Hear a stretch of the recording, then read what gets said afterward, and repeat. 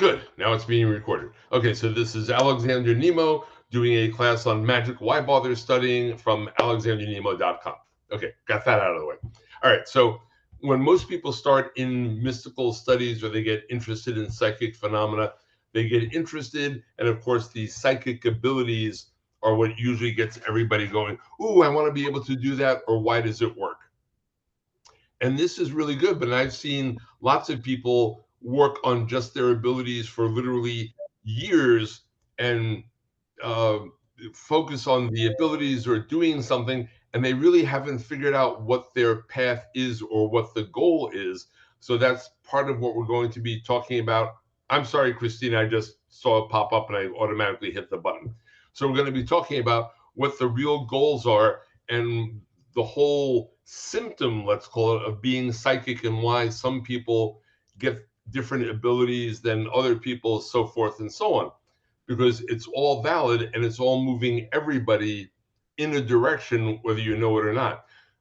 It really drives me nuts when I'll sit down for readings or in classes. I'll say, okay, so what's the goal of your studies? And people just like blank out because they don't have a goal or they didn't even know that there was a goal. So, has everybody heard of karma? Yes. Yes. Everyone, right? Everyone knows the word karma. Karma is the great balancing mechanism of the universe, let's call it.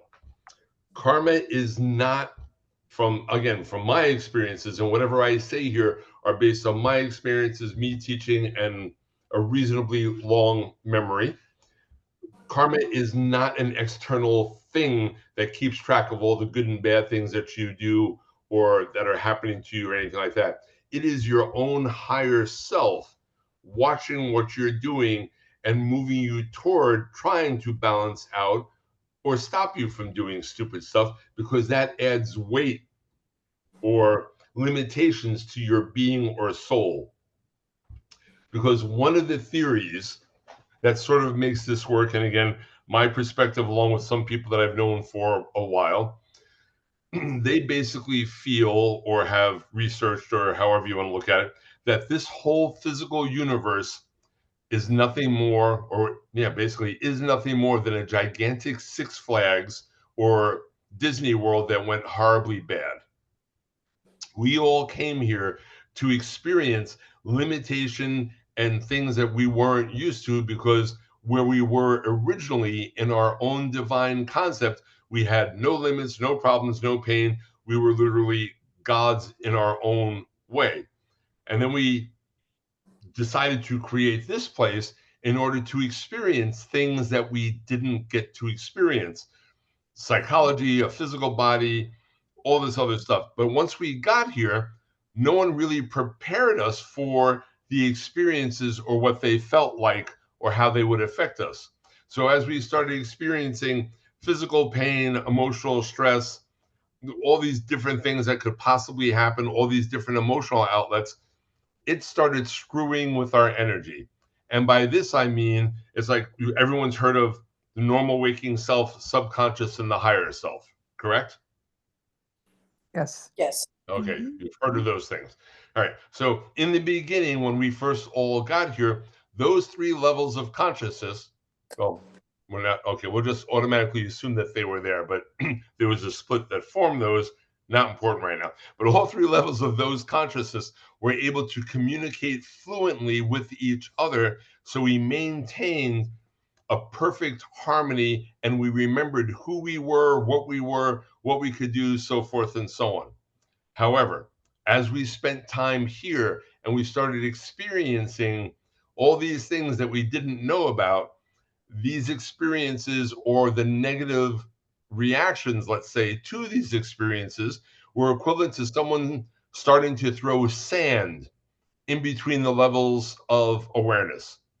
So sooner or later, the longer that we were here, and this took a long time, we literally started to forget who we were, because that sand in between these levels of consciousness started blocking our ability to remember who we were. So the longer that we were here, the more that we forgot who we here, and then lovely place became reality. And as this place became reality, we started to forget that there was so much more. So you can call these levels or this sand being poured in, some of it is karma where we created debt, some of it was fear, some of it was pain, some of it was guilt. But all these levels and all these bits of sand going in between were basically the dirty sides that broke our consciousness and caused us to forget who we really were. It caused us to forget our connection to the divine spark, or even remembering that we ourselves were divine or are still divine. Once we forgot that, it got even worse because then we became more trapped here. The more trapped we became, and the more this place became real, the more fear was generated because somehow or another, we forgot the biggest part, that we were immortal. So as soon as you forget that, and you think that this life is the only thing that happens, things get really scary, because when you look at just one lifetime, nothing seems to be balanced, nothing is fair, nothing goes right. And everybody, or lots and lots of people right now, will turn around, and who do they blame for all these shortcomings? They blame the divine principle. And the divine principle really has no dog in this race, because we are the ones that created this.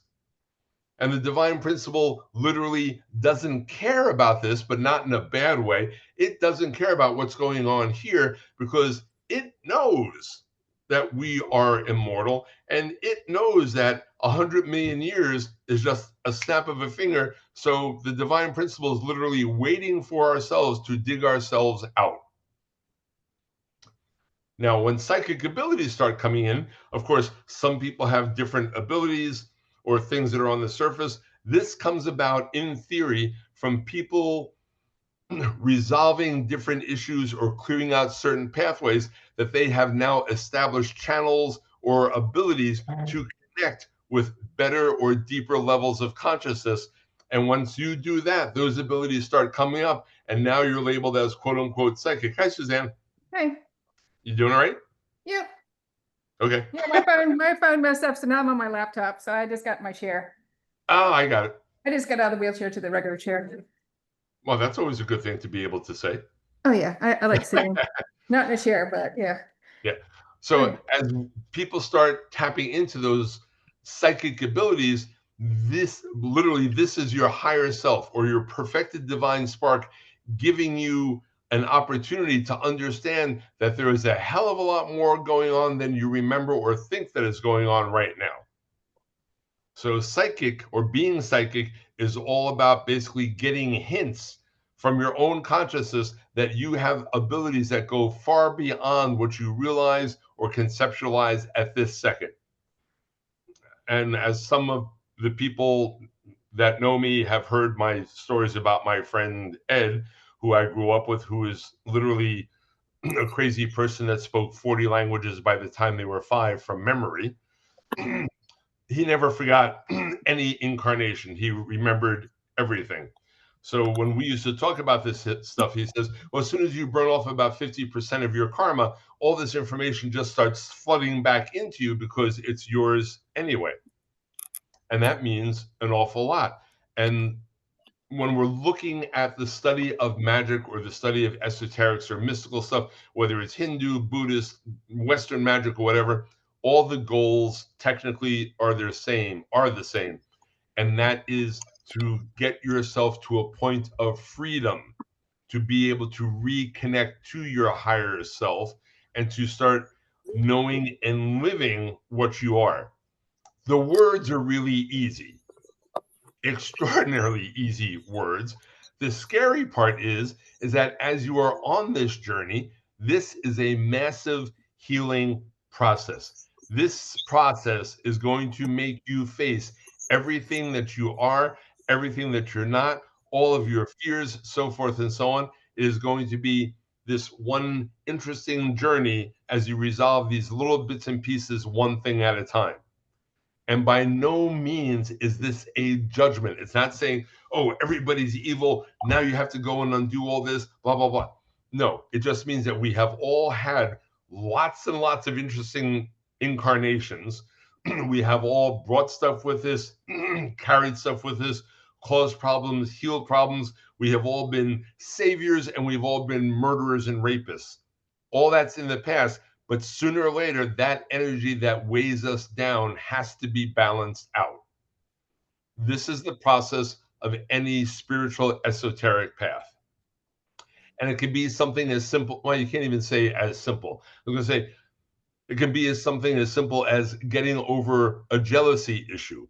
But in order to work on that jealousy issue, it may stem from events or things that have happened for lifetimes that you have to go plugging through, which is okay. We are immortal. We have plenty of time because us, the being, even though we're in a physical body that has a limited lifespan, the being, us, the essence, doesn't. That's the immortal part. So whether we are working on something from 5 years ago, 100 years ago, or 10 million years ago, to the being, it's all a snap of the finger because it doesn't matter when you look at it from the big picture now, does it? So this is a lot of work. This is what magic is really all about. All the tools, the spells, the herbs, the crystals, rituals, all that stuff, even though they're all very cool, those are all tools in order to help you heal and move toward enlightenment and move toward resolution and all this other stuff. That's the big goal.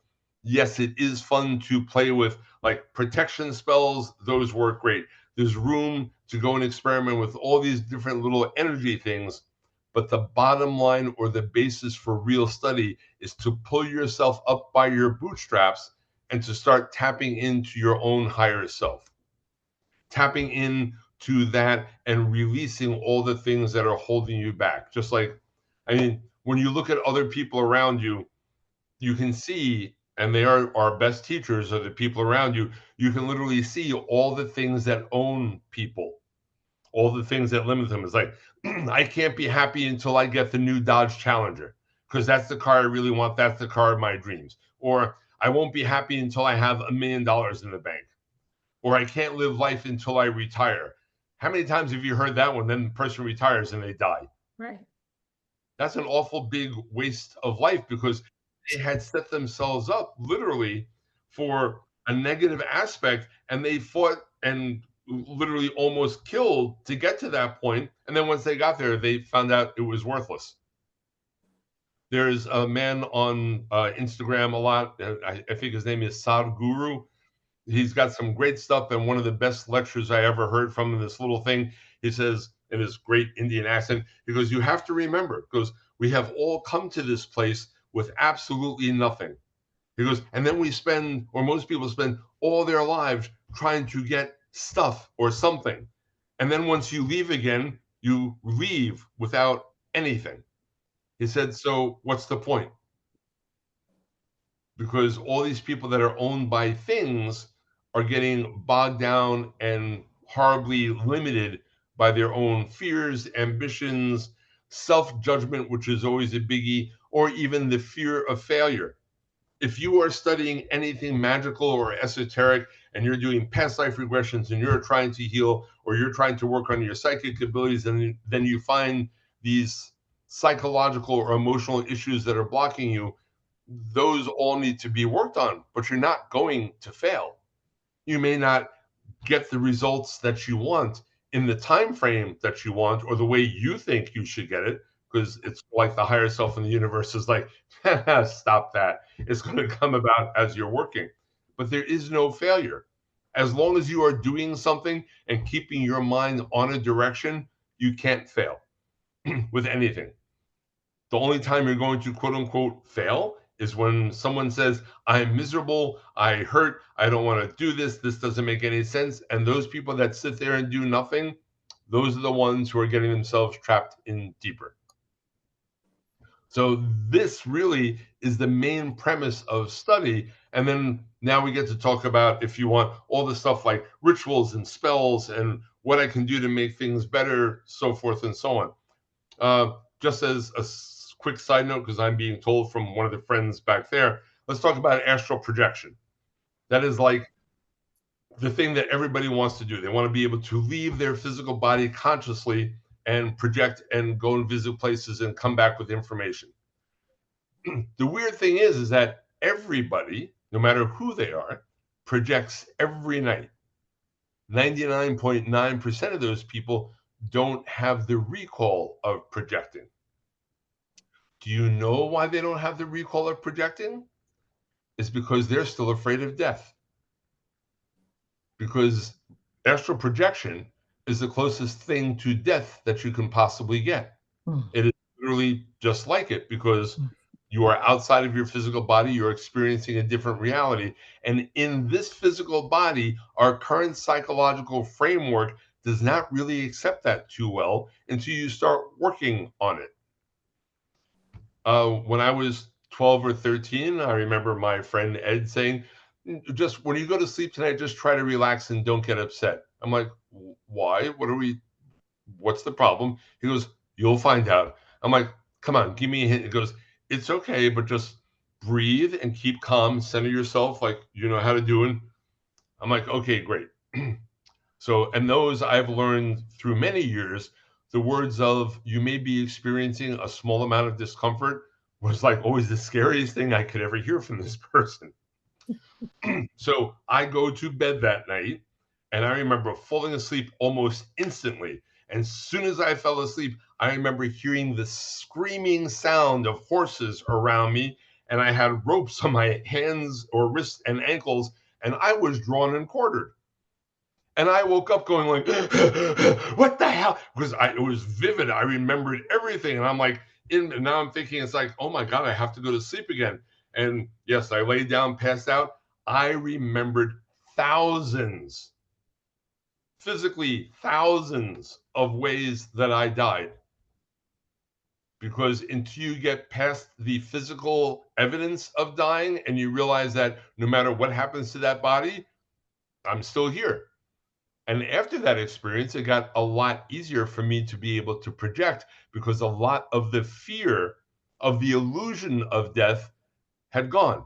Because now I had the memories of all these ways of being killed, and I also had the memories of standing on the other side. It's like, yeah, well, that really sucked. So as you learn that death is the illusion, or the biggest illusion that we have to face, that alone gives you an immense amount of freedom.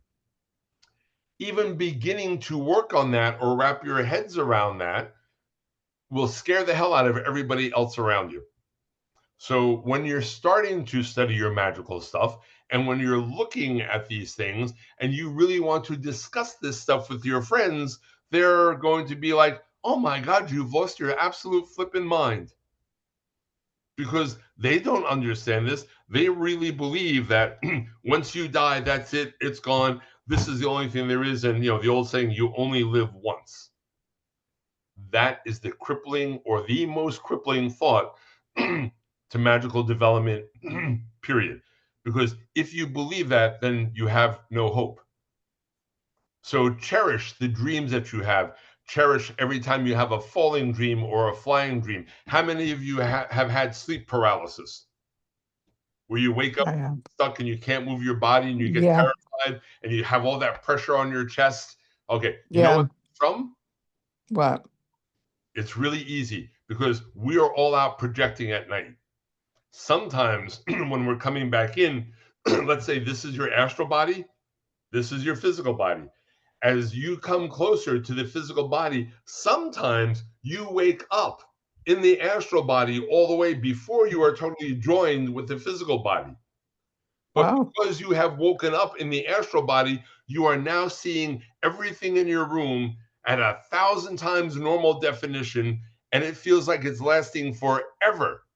But you can't move, and you swear that you're in your body, but you can't move, and you have all this pressure on your chest because the magnetic attraction from your physical body to your astral body is trying to pull you in, so you feel like you're being smothered like this, and then all of a sudden it's like, and you breathe, and everything's fine. And it feels like it lasted an hour when it was only 5 seconds. So it's a crazy sensation. Yeah. Right. So, and it's terrifying. But those 5 seconds felt like an hour when it was happening. And the reason it felt like an hour is what I call the alarm clock syndrome. Everyone has woken up to an alarm clock, correct?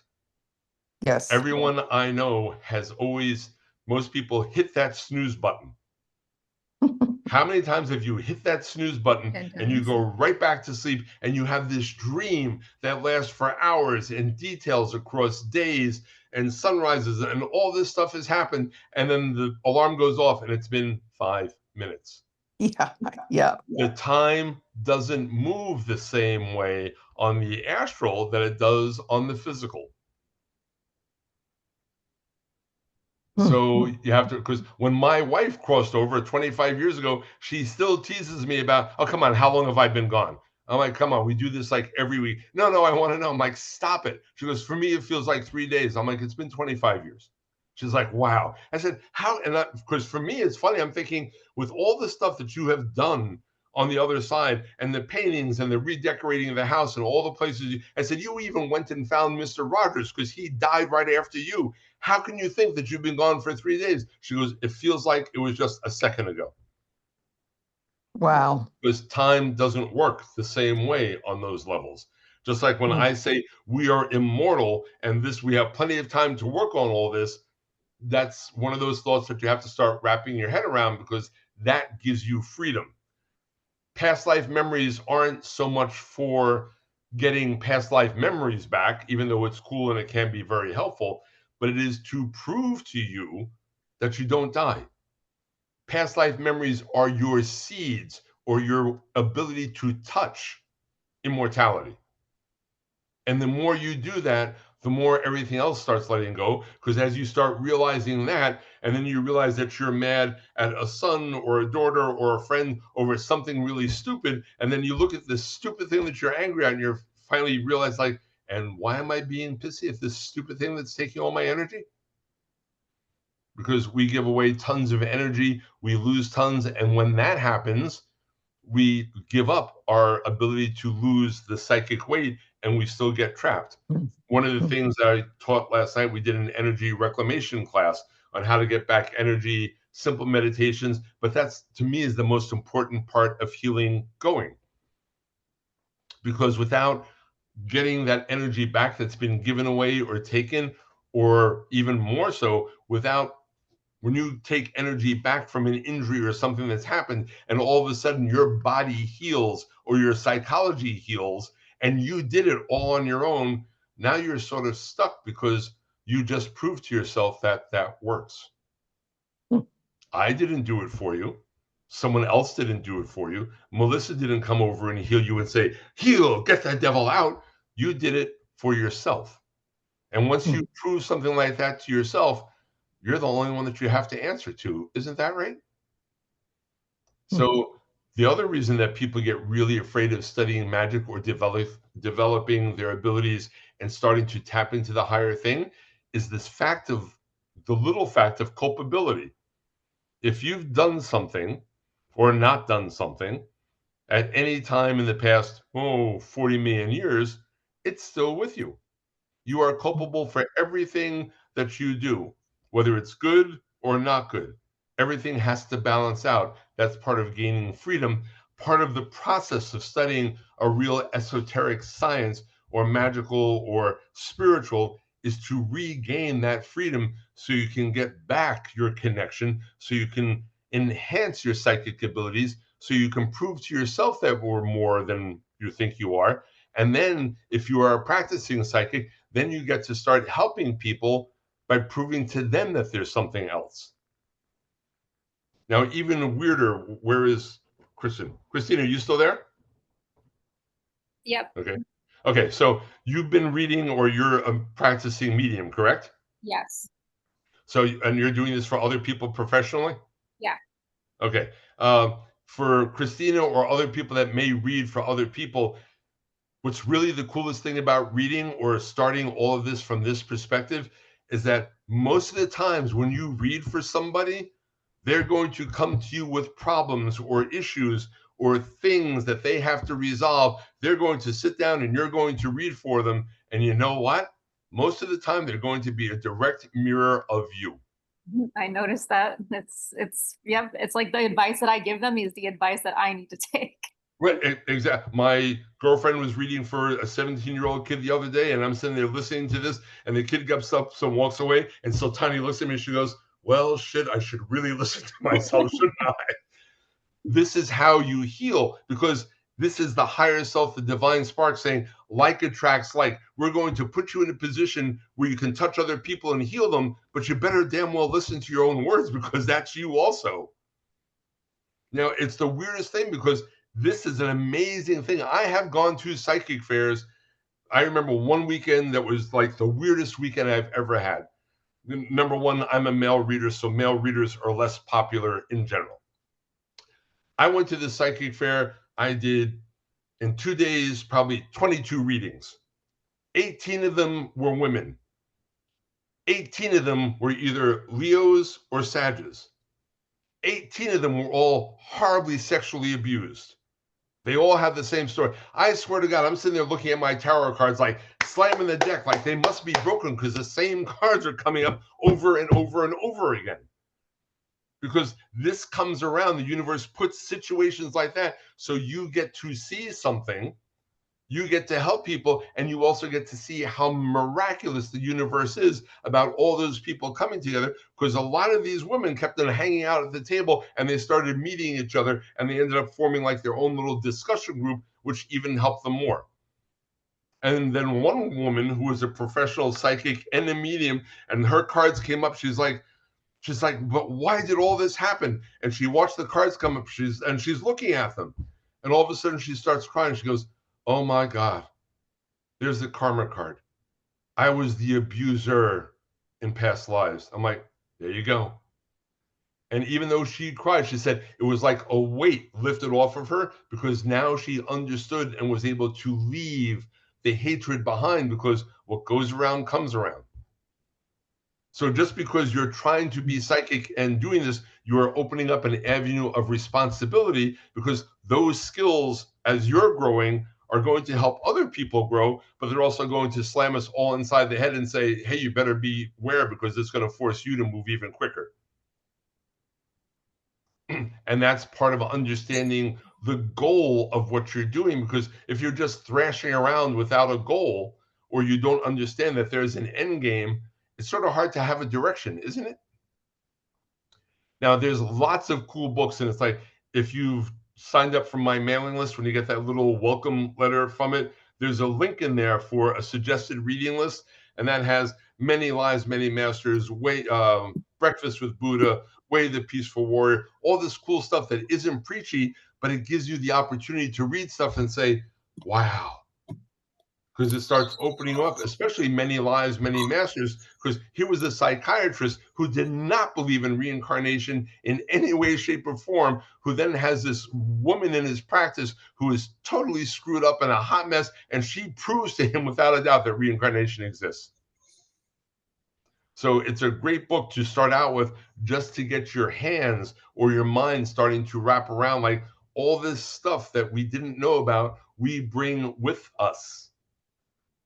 Each different type of psychic ability, it's not that, oh, God gave us a gift. No, we all have those gifts. It's a matter of, what have you managed to fix so far, or open up, that you have that specific gift available right now. And the more you work on stuff, the more other things are going to open up, because we already have the gifts, because that's how we were created. We are literally chips off the old divine block. We have just gotten terribly lost within our own anguish and pain and limitation. And then we got stuck here because we forgot that we're not supposed to be stuck here. How stupid is that?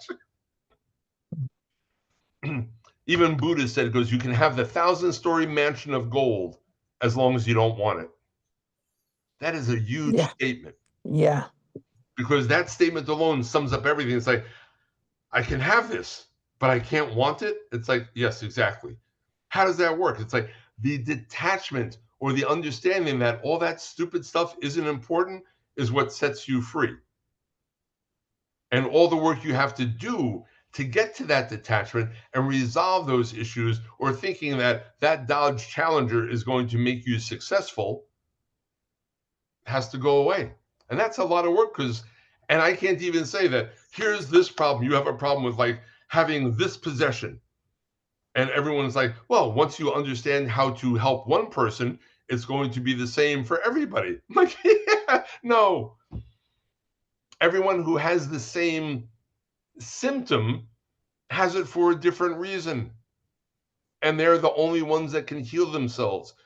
As you are working on your path and you are working on yourself, this is why we always say keep a small journal or a log, because your pathway and the way you heal and the things that you're going to have to unravel, and even the order that you unravel stuff in, is going to be totally unique to you. And it won't necessarily work for somebody else.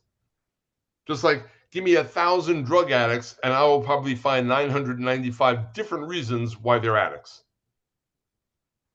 Some of them may be from here. Some of them may be from 100 years ago. Some may be from 200 million years. You never know. And that's part of the adventure of discovering how much more we are than we think we are. Just like when you're doing mediumship, that's got to be the first time when you started doing it. That was a weird feeling talking to people on the other side, wasn't it? Because I bet everyone thought you were a little bit nuts, didn't they? Yeah, I did it intentionally. Like I took classes and yeah. But you had the skills. So now are you able to get like names from people and verify stuff, or Everything, but I'm really bad at names. It's super story just to make both of us feel better. I have a friend who's a really talented medium. He can get like specific information he has no way of knowing, but he only gets middle names. Yeah, I get every single thing except names. It's so annoying. I don't know. Well, and also sometimes that's because when a person's on the other side, they may not be holding on to that name. So you may be getting a favorite name that they've used 200 times before, and they had Fred the last time. They're like, I hate that name. I think it's just because I focus more on other stuff than names. Like I really focus on the intention of the reading, like what they want to say, what they want to apologize about, that kind of thing, That type of stuff. And for me, it's like, and even when you're doing your own development and you're along this pathway, people say, oh, it's just easy, and you're unveiling and you're doing all this stuff. I drive my students nuts because I require them to get verification. If they say, well, I just talked to someone on the other side, who'd you talk to? Well, it was this person that's related to this person. Okay, so did you get a name? No. Did they have any pets? Identifying marks, a piece of jewelry, something? Well, no, I couldn't see that. I'm like, then how the hell do you expect me to believe that you have a verifiable contact? Because to me, that's not verified. I can get the relationship, just not the name.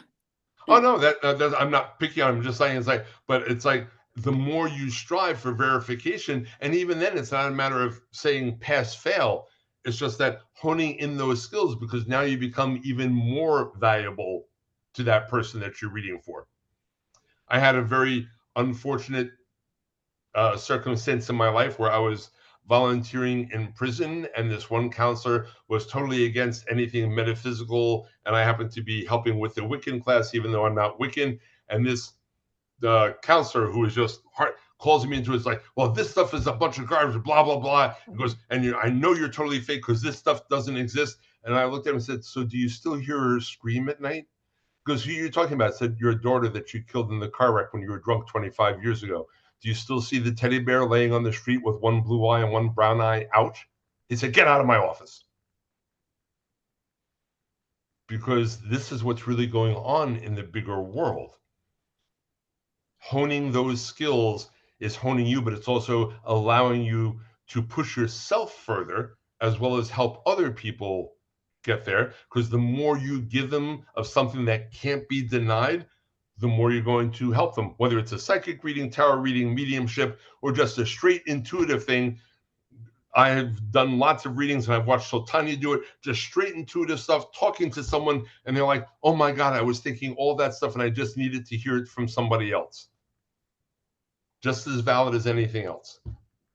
But for us on this pathway, the goal is to free ourselves. So you have to be accepting of the damages that you have, learn to face them and not hate yourself, because the worst thing is self-judgment. You can't sit there and say, oh my God, I was a horrible person. I killed 10,000 people and I did all. It's like, stop it. That was then. Somehow it'll work out. You can't worry about something that you can't undo. You can only move forward. Even Buddha said he had to go through hundreds and thousands of lifetimes to make up for the times when he was a robber, a thief, a con artist, and a murderer. So if he can do it, we all can do it. Same thing with Krishna, same thing with, all the great masters, because name one master that has had an easy life. And the reason they haven't had easy lives is because they were on a path where they were basically got a hold of their higher selves and said, hey, I want to grow up and escape this and end my suffering. And the higher self said, okay, in order to do that, you have to heal. Here's what needs to be healed. Because once you heal, once you understand how this works, you will never pick up any more karma ever again, because that understanding will stop you from being stupid. That's the goal of what we're doing. Doesn't matter what the label is. Western magic, Hinduism, Buddhism, whatever it is, as long as it's not giving you limits or you're taking on the limits, because even Christianity's got some great stuff in it, and then it's got some horrible people spouting horrible information that cripples people. But yet, if you are smart enough to read through the Bible or the Quran yourself, even Jesus said, if you live within the word, you can do as I do, and greater things also shall you accomplish. But my God, you quote that line to a Christian and they lose their canaries. Because that's him saying, you're supposed to be able to do what I do, because we are all the sons of God. And when I use the word God, I'm not talking male or female. I'm talking the big divine kahuna, no sexuality, because we as beings don't have sexuality or an identity until we come into a physical body and say, oh, this time I'm going to be female. This time I'm going to be male. This time I'm going to be something that enjoys everything. I have no idea, but it doesn't matter. But lots of fear is generated by all these people with all these labels and all these limits, because to us, there is no limit, because as soon as you can limit the divine principle, that's when you have a problem. And they do a great job of limiting that in order to create fear and judgment and everything else. So when you go through that suggested reading list, make sure you check out like Breakfast with Buddha and Way the Peaceful Warrior, because that helps start working through some of the limits or some of the things that people are thinking that trap them. When I was 28 and living on Long Island, Ed's best friend was diagnosed with pancreatic cancer, stage 4. And I asked Ed, I said, okay, but you can fix John, right? He's like your best friend. He's like, well, yeah. I said, so you're going to fix him and everything will be fine? He said, no. I'm like, why not? He said, he wrote this adventure into his script to fulfill something that he wanted to face. If I take that away from him, he's going to come back and do it again. I'm like, okay. He said, secondly, he goes, he didn't ask me to fix him, and he doesn't know that I even have the ability to fix him. But it's still his choice. So it was really weird because Ed didn't even go to the funeral. And I was like, you didn't go to the funeral? He goes, I went and visited him today. I know where he is. He's not dead. So it's really hard when you start progressing along these lines, because even your progression as a psychic or a spiritualist or a medium or being intuitive, you're going to be faced with living the words that are coming out of your mouth. This is not the chance to become a hypocrite, because I have known lots of mediums that have had people die around them and they lose their effing minds. I'm like, how? How do you rationalize you going crazy about someone waking up out of this dream and becoming aware in another dream? Why are you upset? Because they're here and that was family. I'm like, they didn't go anywhere. But this is a difference between understanding or integrating the words and just being a poser. So it is always worth it to take as much time as you can in order to get your words so you are comfortable and you are living what is coming out of your mouth. Because if you can't live what's coming out of your mouth, don't do it, or don't have it come out of your mouth, because then you're lying to yourself. And that's also rough, but that's part of growing up. If you're going to be the light, you have to be the light. Now, if you're going to hurt, that's fine. And if you tell people, it's like, yes, I know that they're on their other side. And then you have learned that I'm grieving for me because they left and now I'm lonely. Different story. At least you're honest with what's going on.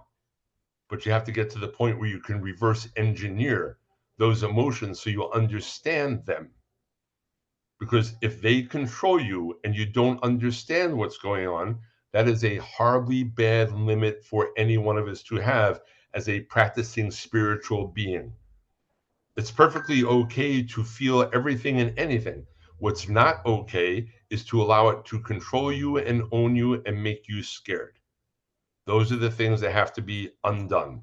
And that's why you have all these great tools, meditation, using crystals, herbs, vibrational things, elemental influences. It's not to change things necessarily, but it's to help you move things out of the way so that you can see, understand, resolve, and reclaim or move closer to what you are.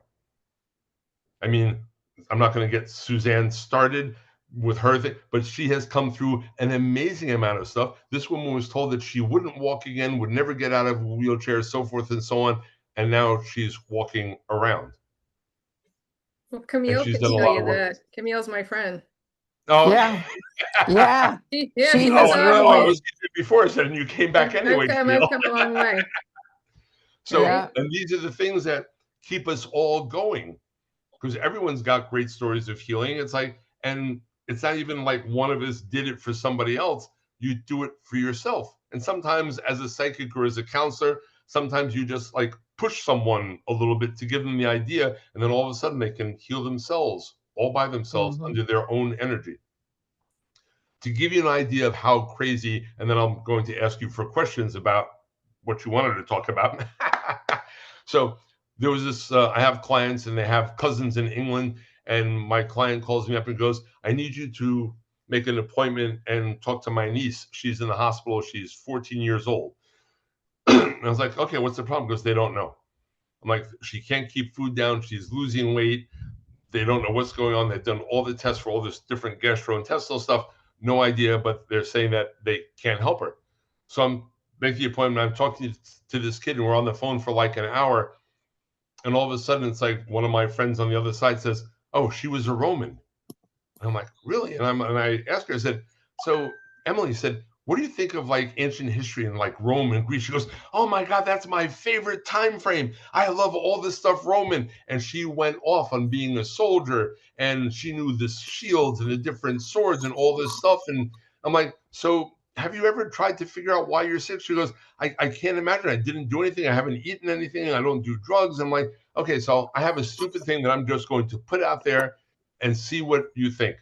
And she's like, okay. I said, I think or feel that you were actually a Roman soldier at one point. She goes, oh, that would be cool. I'm like, under normal circumstances, it would. However, when you were on the battlefield and you were in an encampment, your enemies snuck into your encampment at night and poisoned your wells.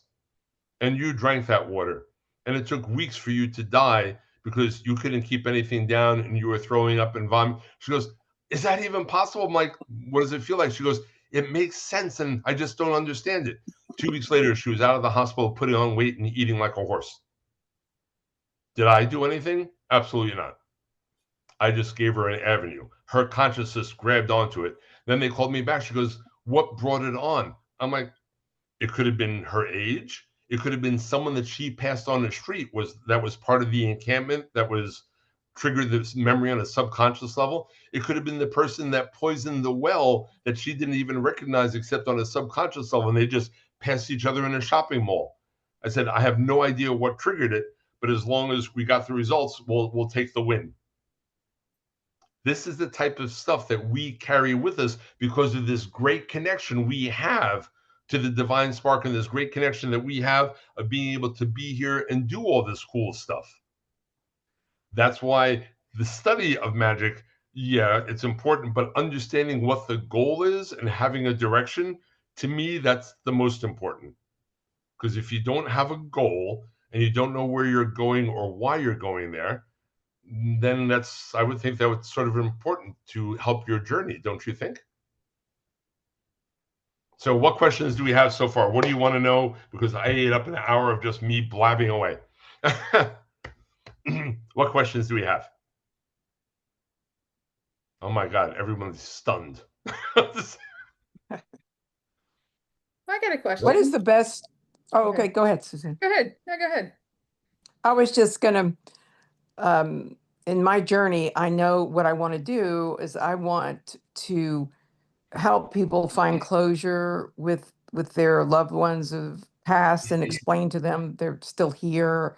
And so that's kind of my goal is to serve people as my ability develops, which I've had a few incidences, but nothing that I can rely on, so to speak. Okay, but that's that's great for developing or wanting to serve humanity that way. And as soon as I said that, I'm thinking there was a book to 40 what is it, 40 ways to serve humans. Oh, Anyway, so that is a great goal, and wanting to literally help humanity and help people overcome the fear, which is great. yes. During Yes. your development and whatever you need to do, the things that are stopping you from blossoming further, those are the things you have to look for and find out what's stopping Oh, you from doing oh, that. Are there fears? Are there unresolved tensions? Is there a guilt somewhere that you're trying to resolve and help people? And it's weird. It's like reverse psychology, reverse engineering something.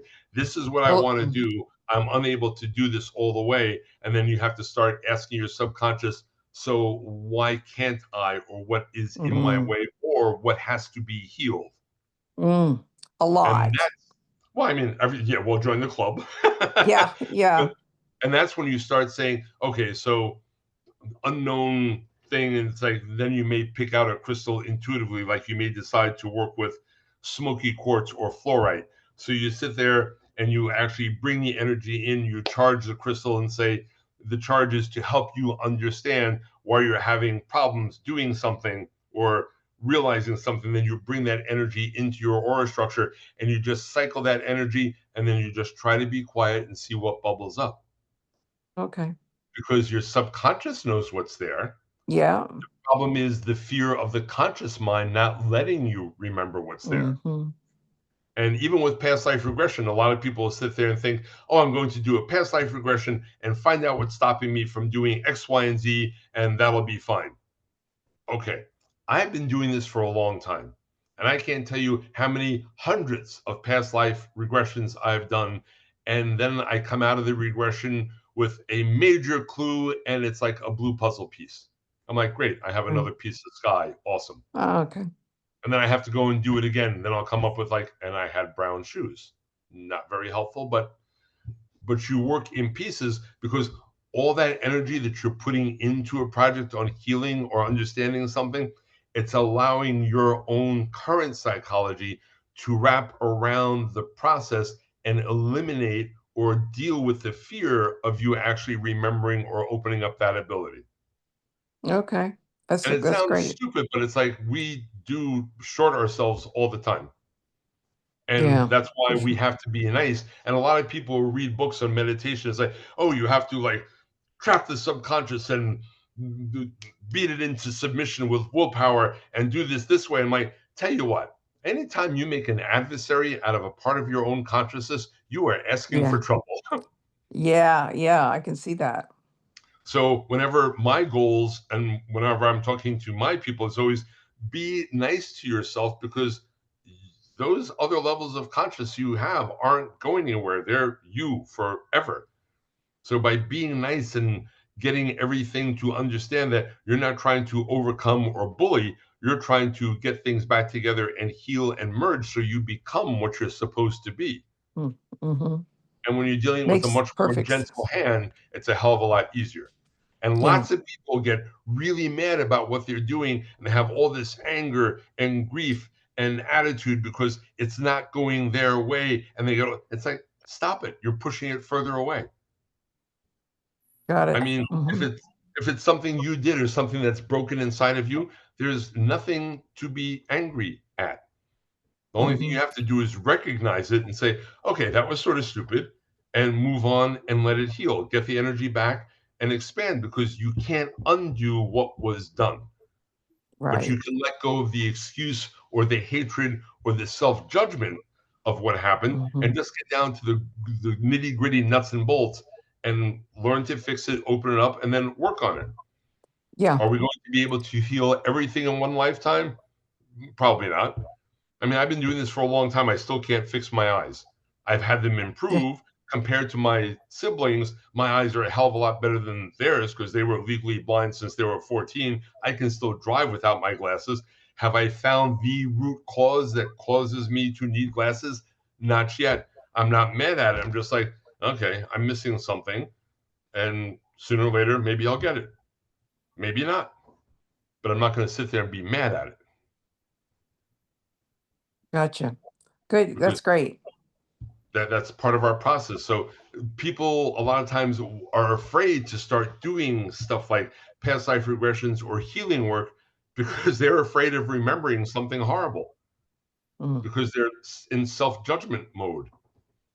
Self-judgment mode doesn't do any good for anybody. It stops you from healing. Yeah, for sure.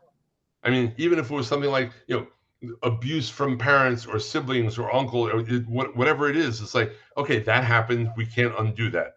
Your reaction was X, Y, and Z, maybe not the best, and it damaged you. But in order to heal it, you have to understand you can't erase it. You just have to finally deal with it, reclaim the energy, let it go, and not give these people or occurrences rent space in your head that they're not paying for. Because that energy you need in order to further your healing ability for yourself, which will in turn allow you to become a light for other people later on. Yeah. Very good. Very good. Thank you. So occasionally I have a clue. Okay, anything else? Suzanne, you were going to say something before Camille jumped you. Yeah, I just had a question. I know that, like when we pass away, like when we die, don't we eventually reincarnate to another being, a body? You know what I'm saying? Does that, I mean, there's no time frame, right?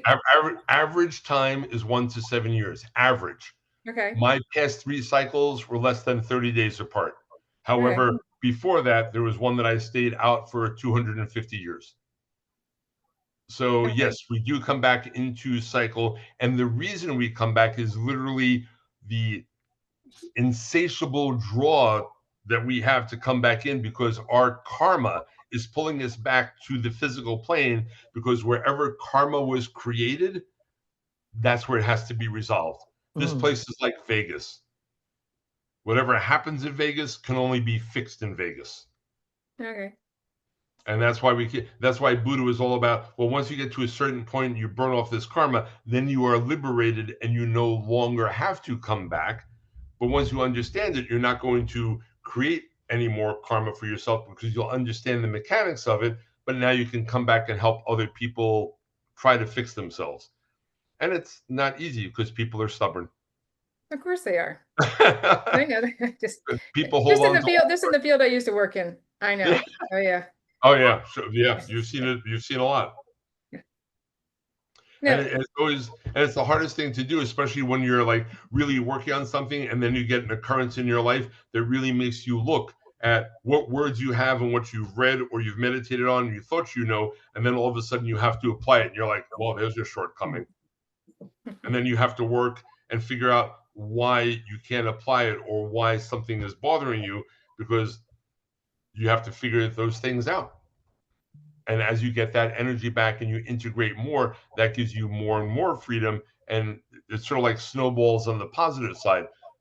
Don't be afraid of getting your hands dirty and rolling up your sleeves, because self-healing is not like a walk in the park sometimes. I mean, it can always be fun, but it really depends on your attitude and how you're viewing things in perspective. There's an old pagan saying that says it's not the physical occurrence that matters, but it's reaction to it that counts. Yeah. And again, the words are easy, and I understand that because I catch myself all the time being pissy or angry, or I'll be angry at my situation, or it's like, yeah, this is really annoying. This keeps on happening. And no sooner do I say that I'm driving down the road and there's a homeless person in a wheelchair with no legs. I'm like, okay, point taken. Well, like I used to tell people, we can't control what happened to us. It's how we react to it. It's how we change ourselves. Exactly. That's it. It's how you let it go, how you don't get owned by it. And 90% of the time, I've been doing this stuff for a long time. What I usually see is people making their lives miserable because they're grabbing everybody else's ropes. You ever go on a ski slope where they have that tow rope to get up the ski thing? Right. And I'm like, stop grabbing other people's garbage. Because I've talked to people who are miserable, it's like, oh, this stuff is going wrong and this is horrible and blah, blah, blah. And then when we really start taking it apart, I'm like, okay, what happened? Well, my mother has cancer and my father just broke his leg. I'm like, what has happened to you? You don't understand. My bird just died and my dog is sick. What has happened to you? Right. And it turns out nothing has happened to them, but they're absorbing or empathizing or putting expectations on everybody else's situation. We don't have any right to do that. We can't judge someone else's pathway. They created it. If they ask for help or they're working on something different, then you can give them information or help them. But that's their damn pathway. Stay in your lane. But that's the excuse that everybody will use to cripple themselves because it's easier to cripple yourself. It's like, I couldn't do my own work because I had to go and save my drug addict brother, and then he died of an overdose, and I spent 5 years trying to save him. Okay, so let me get this straight. You spent 5 years trying to save someone who wanted nothing to do with saving himself, so you crippled yourself for 5 years for someone who didn't want to do it. Is that what you're saying? And it's like, I never looked at it that way. I'm like, you need to. Yep.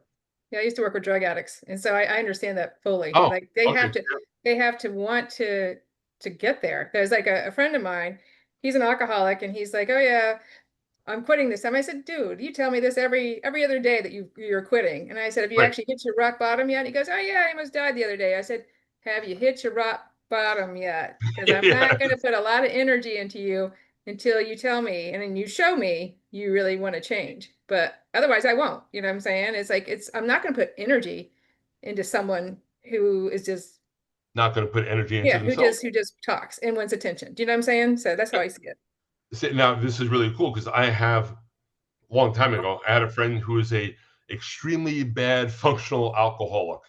This man could like drink himself blind on the weekend. He was around 30 years old, had a good job, but a wife, and he had just had a kid, and he finally started, and he was on metaphysical and spiritually minded.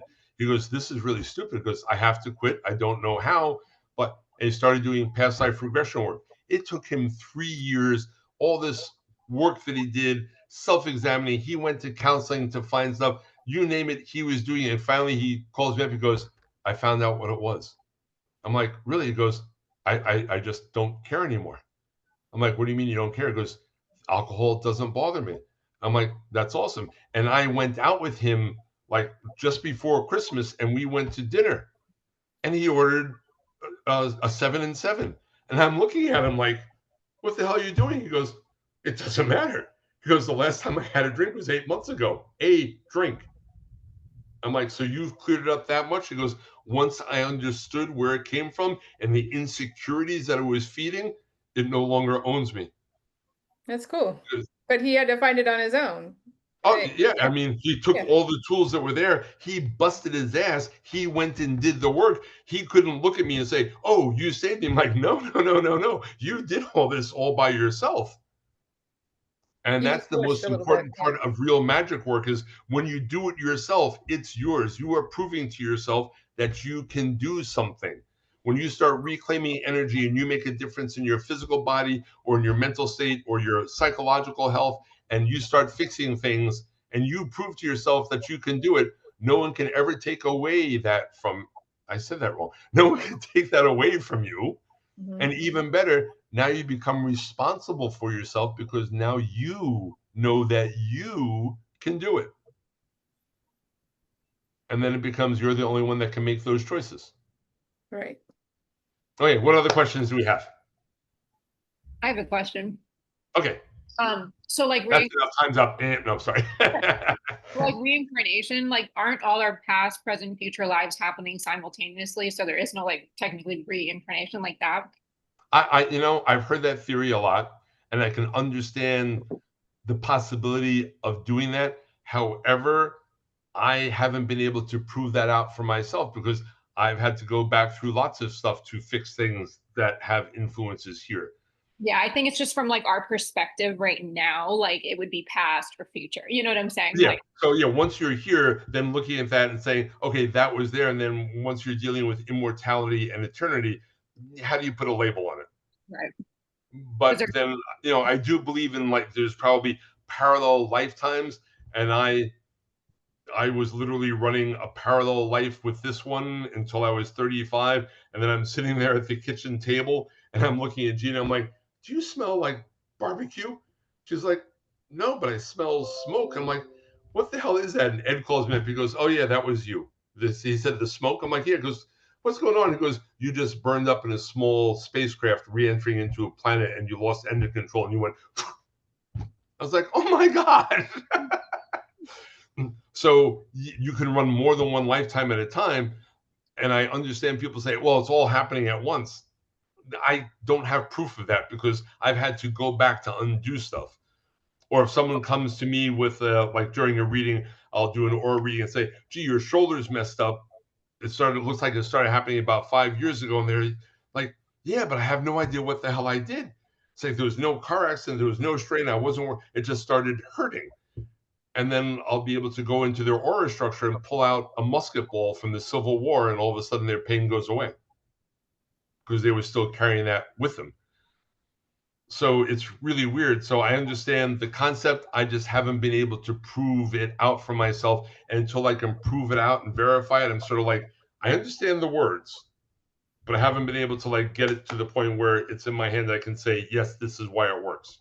Yeah, because like me, like I think that when we heal like this current lifetime, we're actually healing past and future lifetimes.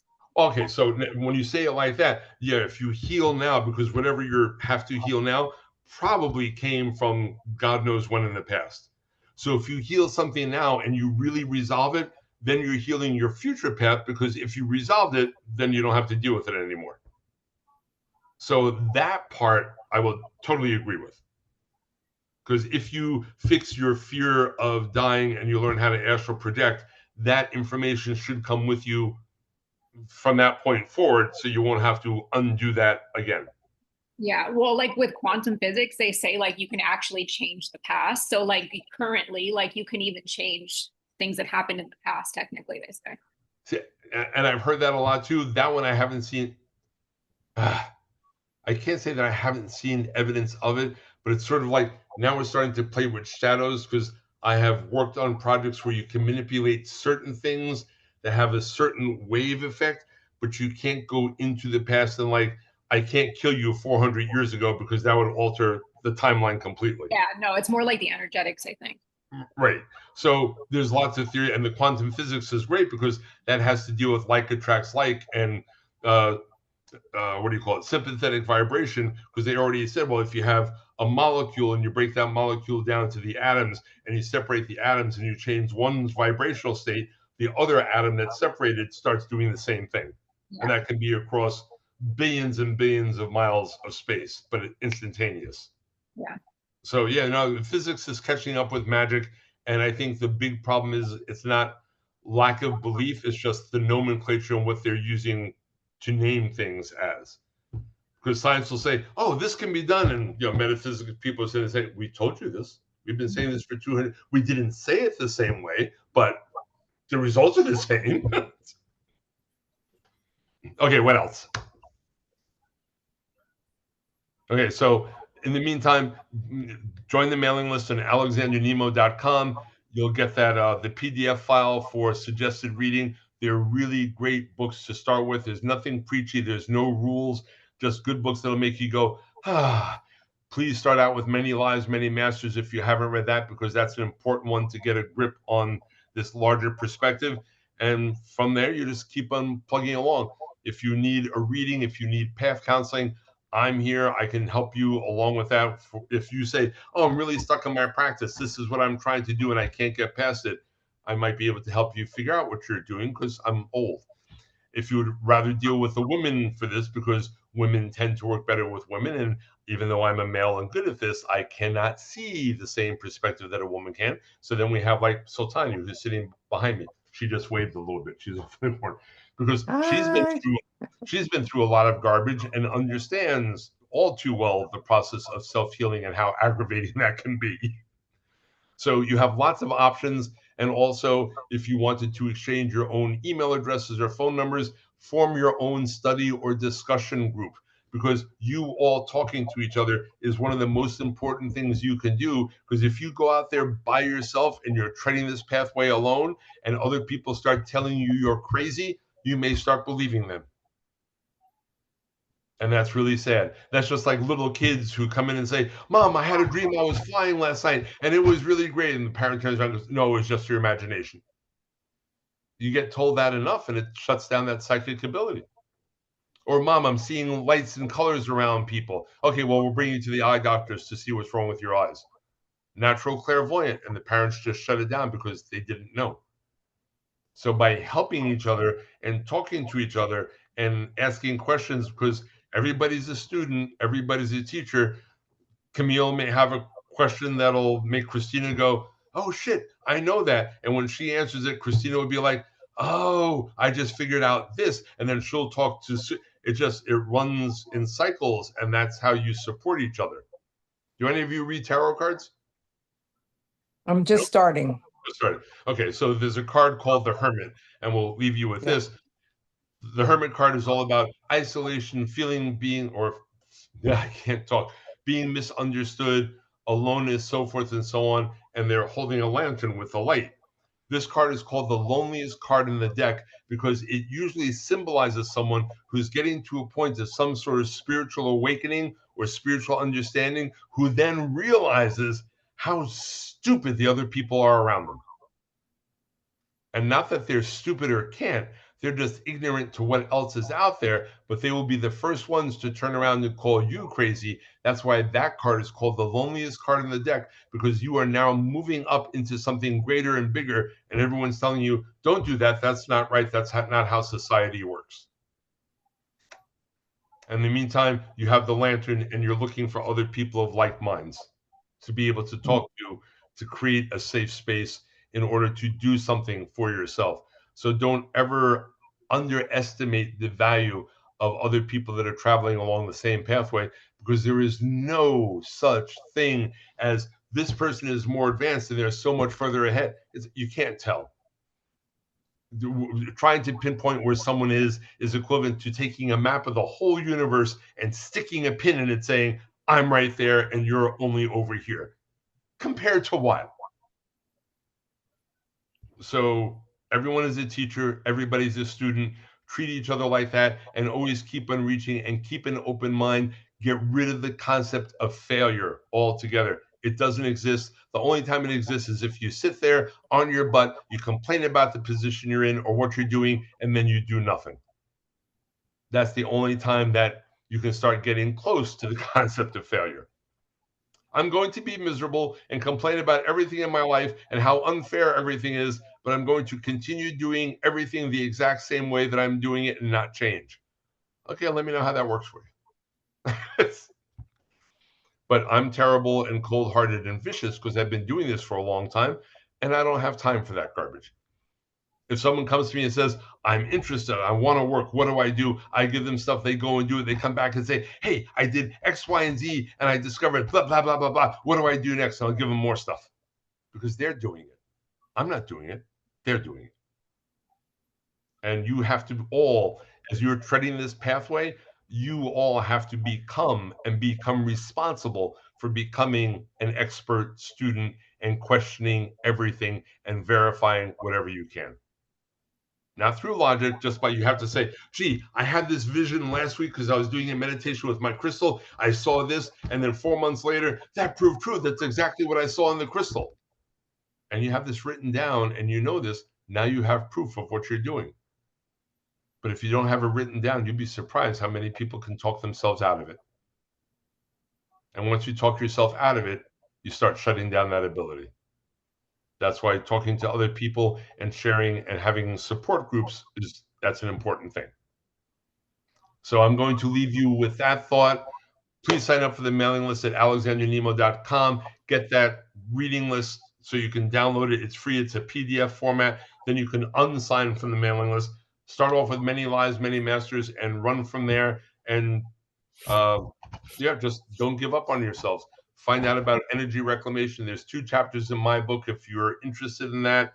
Once you're on the mailing list, then there's another class coming up in a couple of weeks for that topic. And as Suzanne and other people will tell you, that is a whole journey in and of itself. So go and have a great night. If you want a copy of this hour discussion, just email me and I will send you the copy as soon as it processes. All right? All right. All right. Thank you. Thank you. I hope you all had a good time. Yes, it was wonderful. Very informative. Thank you. Good. That's what we like to hear. Occasionally, I actually look like I know what I'm doing sometimes. Yeah. Good. Okay, guys. Thank you very much All for right, coming. I appreciate it. Have a good night. Thank you. Bye.